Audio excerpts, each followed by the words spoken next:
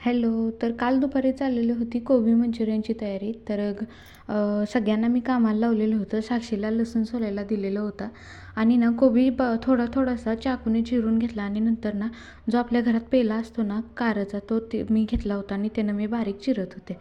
तर ना विनायकने लगेच बाहेरून येताना ना बालाजी आईस्क्रीम आणलेलं होतं. लहानपणी हे खूप फेमस होतं.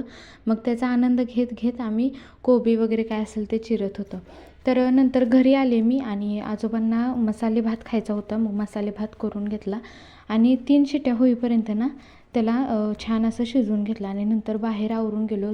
लयच जास्त उकडत होतं त्यामुळे बाहेरून बसलो आणि ही चिमुकली बघा कपडे कशी धुवायची बकेटमध्ये ते नवीन तिनं सांगितलं आहे. त्यामुळं तुम्हाला जर कपडे असे धुवायचे असतील ना तर तुम्ही नक्की बघू शकता. आणि ती कपडे कशी धुवून लगेचच बाहेर टाकते. म्हणजे सगळ्यांचं हे मोठे जसे करतात तशीच लहान मुलंही करायला जातात. तर नंतर ना कोबी जो मी चिरून ठेवला होता त्याला मीठ लावून ठेवलं होतं आणि त्याच्यानंतर मी पाणी काढून घेतलं. तेही हाताच्या साहाय्यानेच काढून घेतलं. आता पाणी काढून घेतलं ना काय होतं की नंतर कोबी जास्त असं सैल पीठ होत नाही कोबीचं.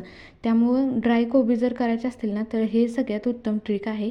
त्यामध्ये लाल तिखट घातली. माझ्याकडे कलर नव्हता त्यामुळे लाल तिखट जास्तच घातलं.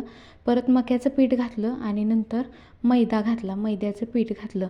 तर नंतर त्यामध्ये आलं लसूण पेस्ट टाकली आणि चवीनुसार मीठ टाकायचं. तर ते सगळं मिश्रण एकत्र करून घ्यायचं. छान असं त्याचं सामग्री एकत्र करून घेतली ना त्याला कलरही छान कसा येतो आहे तुम्ही बघू शकता. आणि हे पीठ ना साधारणतः एक 15 ते 20 मिनटं मी असंच ठेवलेलं होतं. नंतर मग मी त्याला तळण्यासाठी घेतलं. आता तळण्यासाठी ना आम्ही संध्याकाळीच हे तळलेलं कारण की नाही सगळेजण गरमागरम खातील. कारण की कोण गावाकडे राहण्यात जातं ड्युटीसने येतं वगैरे असं चाललेलं असतं म्हणून संध्याकाळी केलं.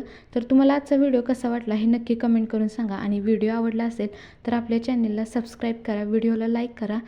भेटूया पुढच्या एका नवीन व्हिडिओमध्ये. चलो बाय.